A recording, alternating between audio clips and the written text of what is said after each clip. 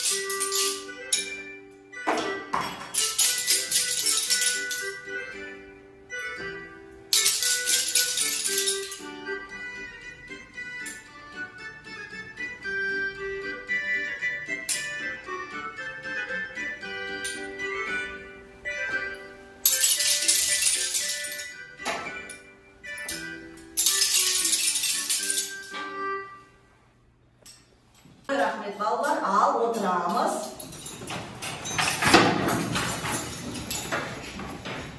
Ballar, biz sabahımızda бастамас бұрын өткен сабақтарды есімізге түсіріп алайық.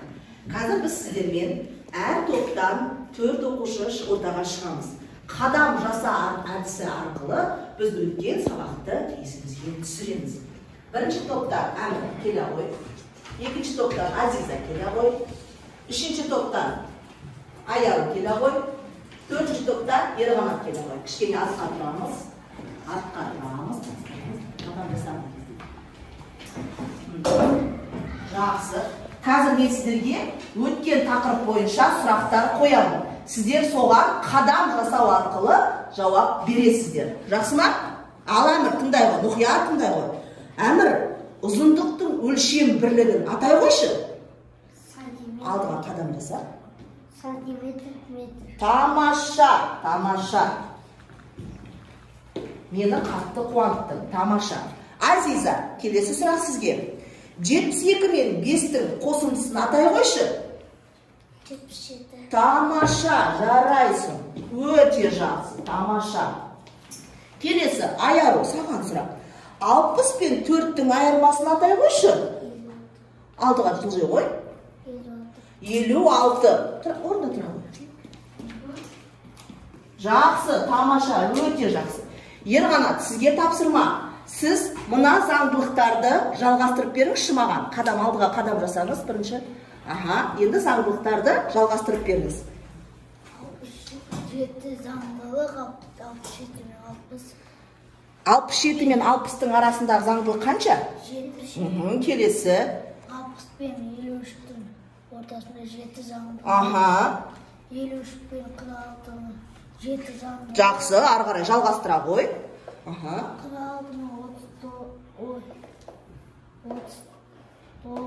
Тамаша. 39 бен? 39-32 арасында. Неше заңдылық? 7. Тамаша. Келесі. 32-25-тің арасында 7 заңдылық. Тамаша.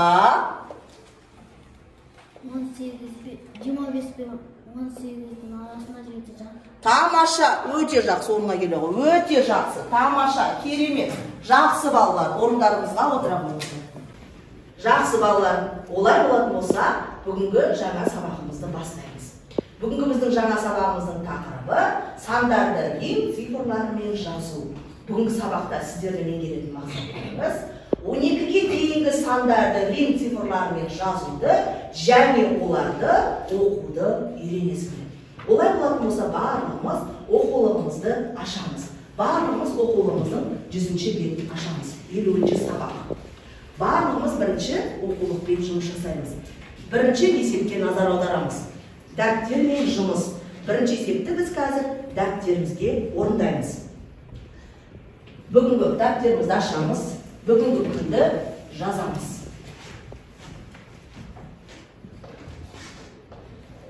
Екінші желтоқсан.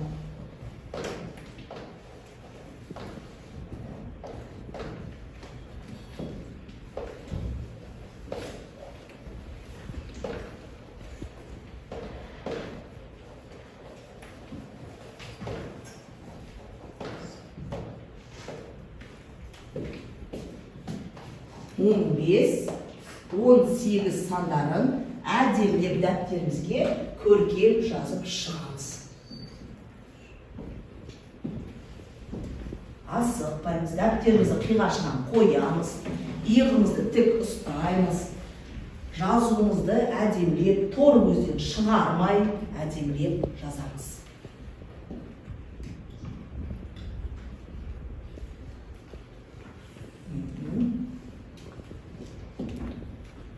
Асықпаймыз балалар.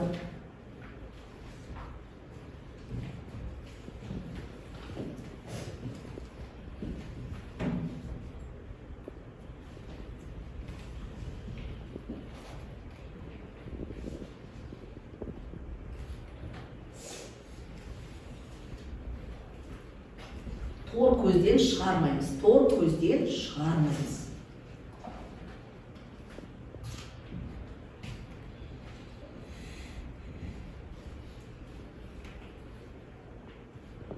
Жақсы балалар, олай болатын болса, оқулығымыздағы номер 1-ші есепті дәптерімізге орындаймыз. Есеп шығара аламын әдісі арқылы біз есепті дәптерге орындаймыз. Сіздер бір таңбалы натурал сандарды кем ретімен жазасыздар, ондықтарды өсу ретімен жазасыздар, жүздіктерді кем ретімен жазасыздар, 5 және 7 цифрларын пайдаланып, 2 таңбалы сандарды дәптерге жазасыздар. Мен сіздердің әр қайсыларыңыздың қастарыңызға барып, бағалап өтемін. Тапсырма берілді, орындаймыз.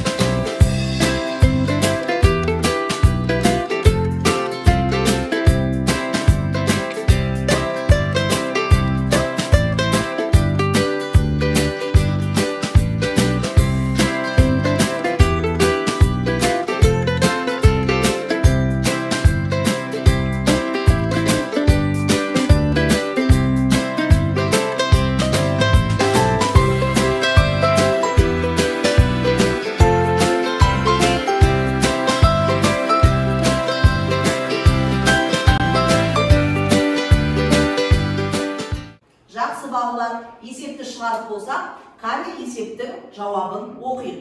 Бірінші есепті бір таңбалы натурал сандарды кем ретімен атап шыға қойшы, Айсұлтан. 9, 8, 7, 6, 5, 4, 3, 2, 1. Өте жақсы, тамаша, жарайсың Айсұлтан, жақсы. Екінші есепті ондықтарды өсу ретімен атауымыз керекпіз. Шахиза, сен атай қойшы ондықтарды өсу ретімен. 10, 20, 30, 40, 50, 60, 70, 80, 90. Тамаша, өте жақсы, керемет, жарайсың. Өте жақсы. Үшінші есеп. Жүздіктерді кему ретімен атаймыз. Жүздіктерді кем өреді мен? Рамазан атай қойшы, жүздіктерді кем өреді мен? 900, 700, 600, 700, 800, 900, 300, 500, 200, 100. Тамаша, өте жақсы, сен өте ақылдысың, тамаша, жарайсың. Ал соңғысы 5 және 7 цифрларын пайдаланып, қандай екі таңбалы сандар жаздыңдар? Жамбыл, атай қойшы, қандай екі таңбалы сан жаздың? 57-мен 75. Дұрыс па балалар? Тамаша, өте жақсы.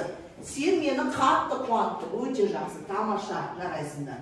Жақсы балалар, сендер бірінші есепті өте жақсы орындап шықтыңдар. Енді балалар, біз қазір сіздермен екінші есепті топтық жұмыста орындаймыз. Мен сіздерге қазір алдарыңызда тапсырма беремін. Сіздер соны топпен ақылдасып орындап шығасыздар. Жақсы ма?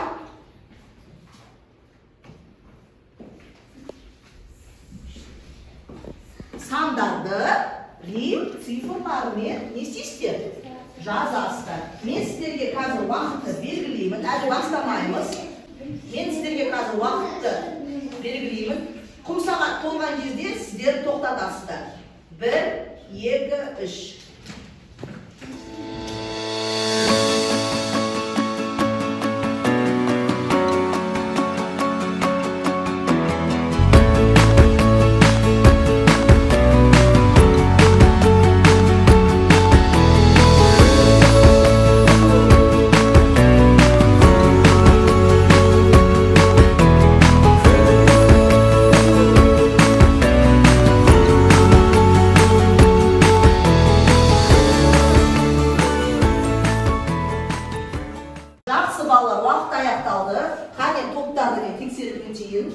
Бірінші 3 дұрыс, 7 дұрыс, 9 дұрыс, 11 дұрыс.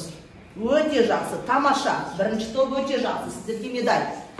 Екінші топ 3 дұрыс, 7 дұрыс, 9 дұрыс, 11 дұрыс. Өте жақсы, тамаша. Жарайсыңдар екінші топ. Өте жақсы. Үшінші топ 3 дұрыс. Мына жерде қандай таңба қойдыңдар? Қатеге кетқасын, немек қатеге саналады ол, иә? 9 дұрыс, 11 дұрыс. Сендерге жақсы, бір қате бар, жақсы деген медаль. Соңғы 4-ші топ, қане сіздердікі? 3 дұрыс, 7 дұрыс, 9 дұрыс. Мына жерде қайсысын қабылдаймын жауапты? Қай жауап дұрыс сіздерде? Көкпен жасалған жауап дұрыс па? Дұрыс. Жақсы, тамаша, жарайсыңдар. Өте жақсы деген медальмен марапатталасыңдар. Жақсы. 4 топта тапсырманы өте жақсы орындадыңдар. Қошемет балалар сіздерге. Өте жақсы, тамаша, керемет. Енді балалар, барлығымыз тақтаға назар аударайық. Мен сіздерді қазір ережемен таныстырамыз. Мұқият тақтаға назар аударамыз. Егер мәні үлкен цифр, мәні кіші цифрдің алдында тұрса, онда олардың мәндері қосылады. Мысалы, қараңдар, 2 саны, римшая 2 саны 2-ні білдіреді. Өйткені 1 қосу 1.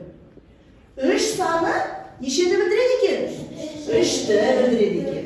Ал енді қараңдар, x1 саны қандай санды білдіреді екен? 11-ді білдіреді екен. Ал егер мәні кіші цифр, мәні үлкен цифрдің алдында тұрса, онда үлкен цифрдің мәнінен кішісінің мәні азайтылады екен. Қараймыз. Бірінші, қандай сан тұр мына жерде? 4 саны енді білдіреді екен? 4-ті, 1, одан кейін 5 тұр екен. Жақсы. Демек, алдымызда тұрса, 5-тің алдында тұрса, ол не істеледі екен? Азайтылады екен. Жақсы, тамаша. Енді қараңдар, 1 мен 2. Қарай, қандай сан мына жерде? 9 саны. Демек, жаңағы мына x-тің алдына 1 шықса, ол қанша болады екен? Демек, мәні не істеледі? Азайтылады екен. Демек, 10-нан 1-ді азайтады екенбіз. Мәні неше болады екен? 9 болады екен. Өте жақсы, тамаша, жарайсыңдар. Жақсы, жарайсыңдар балалар. Олай болатын болса балалар, қазір біз сіздермен топтық жұмыс орындаймыз. Мен сіздерге әрқайсыларыңызға топқа рим цифры мен араб цифрларын беріп шығамын. Сіздер соны мына күннің көзіне орналастырып шығасыздар. Түсінікті ма? Жақсы. Бірінші топ сіздер араб цифрларын рим цифріне айналдырасыздар. Сіздер екінші топ рим цифрларын араб цифрына айналдырасыздар. Үшінші топ сіздер араб цифрларын рим цифрына айналдырасыздар. Төртінші топ рим цифрын араб цифрына айналдырасыздар. Сіздерге уақыт берілді. Тапсырманы орындаймыз.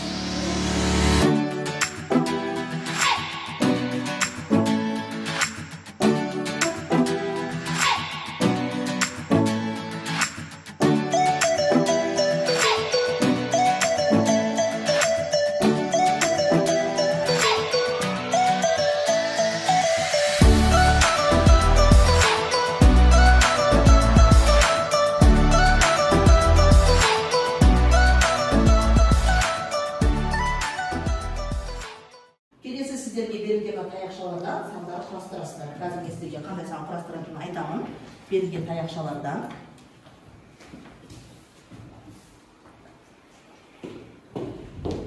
Рим цифрын құрастырасыздар. Түсінікті ма? Рим цифрын құрастырасыздар. Бірінші топ. Әлі сіздерге бірден 10-12 рим цифрын құрастырасыздар. 10-12 дейін. Түсінікті ма? Екінші топ, Мамина, сендер бірден 5-ге дейін құрастырасыңдар, рим цифрын берілген таяқшалардан. Үшінші топ, Алтынай, сендер 5-тен 8-ге дейін құрастырасыңдар. Түсінікті ма? Ал төртінші топ, сендер Айзере 6-тан 10-ға дейін құрастырасыңдар. Түсінікті ма? Жақсы. Тапсырма берілді. Бастаймыз.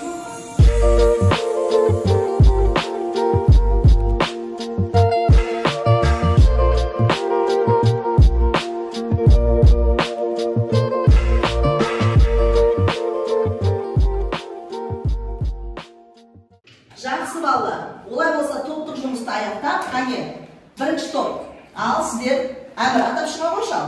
Сіздерге қандай тапсырма берілді?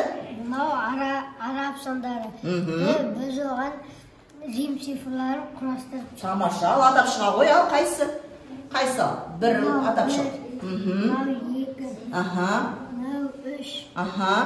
Мынау 4. Дұрыс. Мынау 5. Дұрыс. Мынау 6.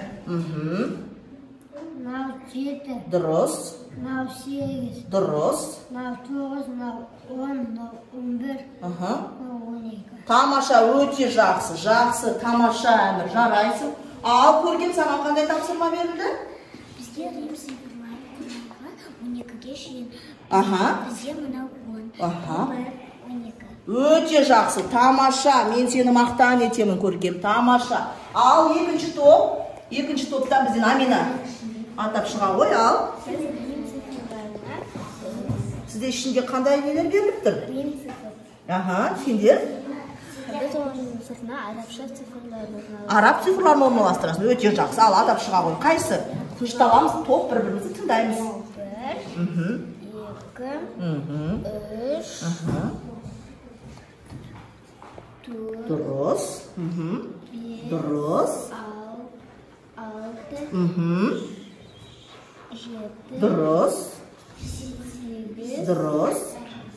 9. Дұрыс. 10. 11. 12. Өте жақсы. Тамаша, жарайсың, Амина. Жақсы. Келесі топтан, рим цифрынан келе ғой, Азиза. Ал, сендер қандай сандар құрастырдыңдар таяқшалардан? Рим цифрларын құрастырдым. Рим цифрларын ал атай қойшы. 1, 2, 3, 4, 5. Дұрыс. Ал үште қанша таяқша болады екен рим цифрында? 3 таяқша. Екідеші? 2 таяқша. Тамаша, өте жақсы. Сен өте ақылдысың, Азиза. Жақсы, отыра ғой, тамаша. Ал үшінші топ сіздерден қорғайды. Ал Алтынай қорғайды. Бұл араб цифрлары. Біз олардың сыртына рим цифрын жабыстырып шықтық. Тамаша. 1, 2, 3, 4,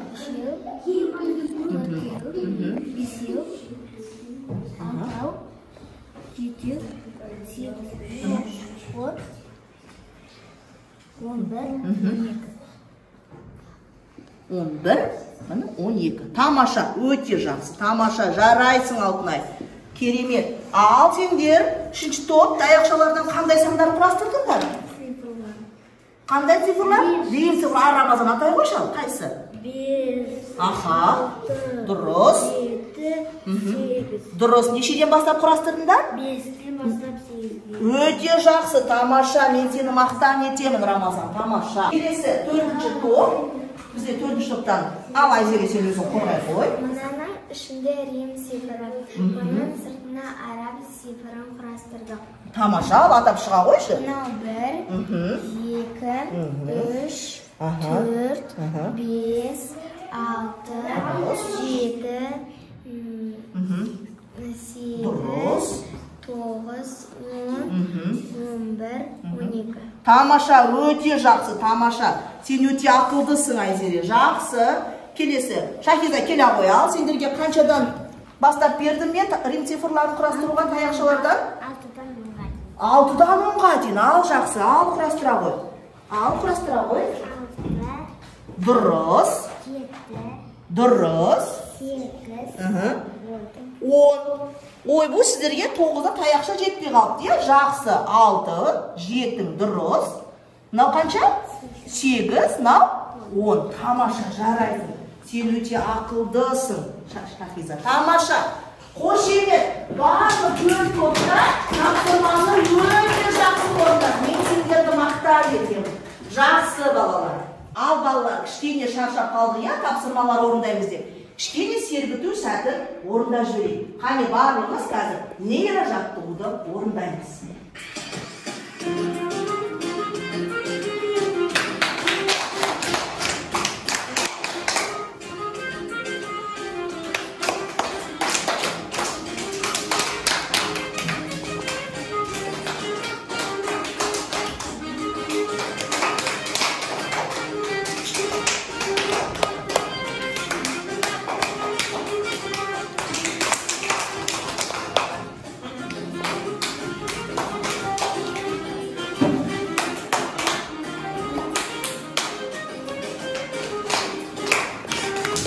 Жақсы, жарайсыңдар балалар. Мен сендерді мақтанып тұтамын. Енді балалар, қазір сіздер жұптық тапсырма орындайсыздар, иә? Жұптық тапсырмада нешеден орындайды балалар? 2-ден 1-ге орындайсыздар, иә? Сендерге қазір мен тапсырма беремін, сіздер соны жұптарыңызбен бірге орындайсыздар. Бұл жерде апта күндерінің реттік нөмірін кестеге толтырасыңдар. Сендер араб цифрымен толтырасыңдар біріншісінде, екіншісінде соны Рим цифрымен толтырып шығасыңдар. Жарай ма? Жақсы. Әмір, бірге. Қазір мен лапты деймін. Екеуі бірге. Келесі екеуі бірге. Екеуі бірге орындайсыңдар.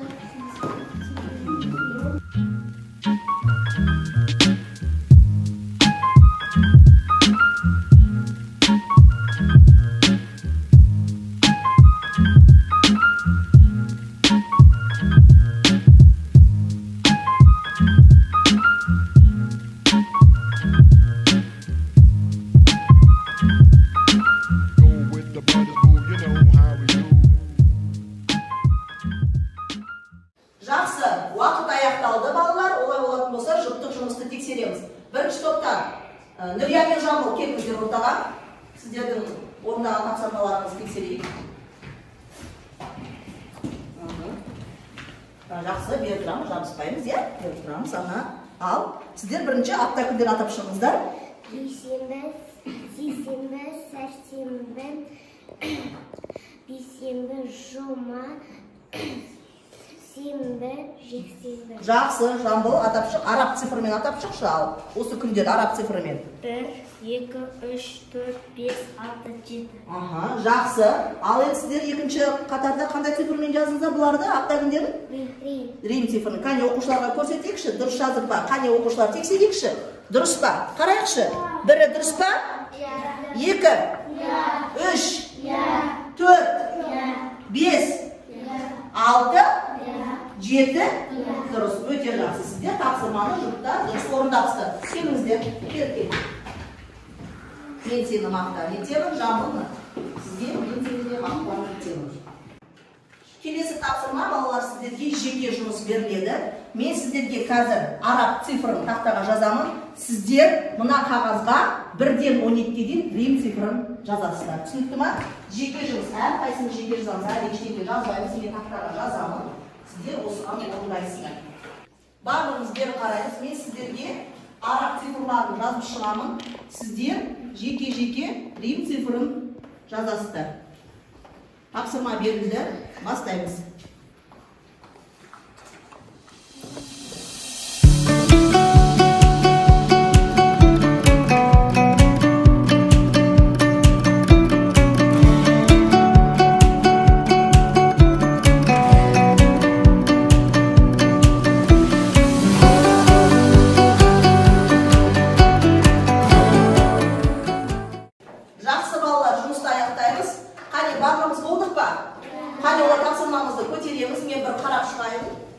Тапсырмаларыңыз дұрыс орындады ма?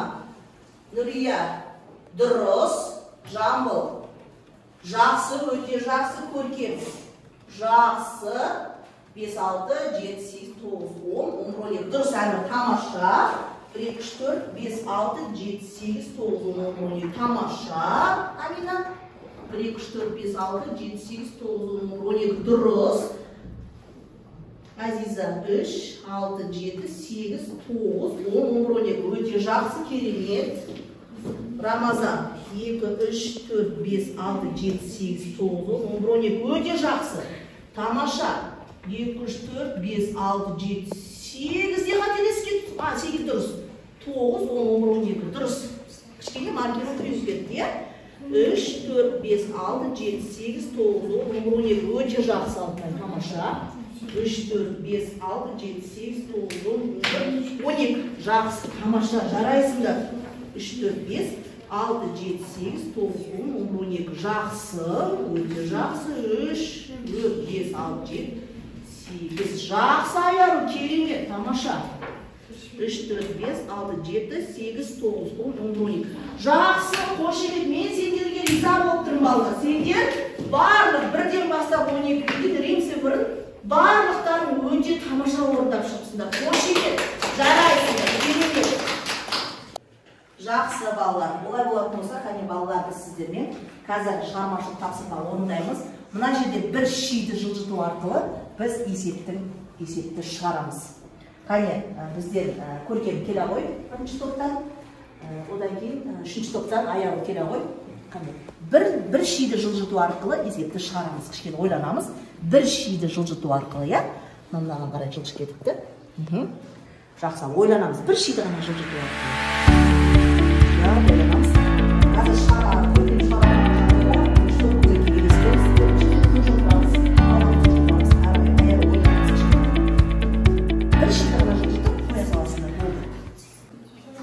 Жоқ, үшінші топтан көмекке кел Рамазан.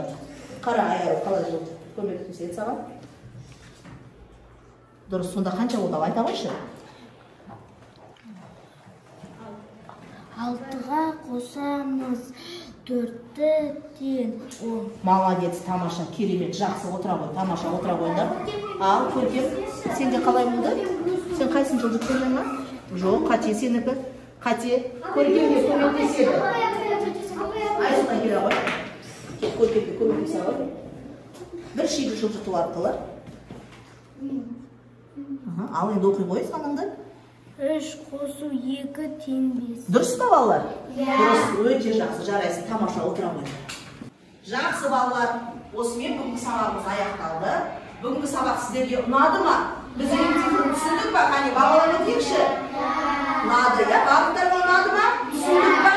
Жақсы меңгердік па бүгінгі тақырыпты? Жақсы, сендер де бүгінгі сабақта өте барлықтарың белсенді болдыңдар.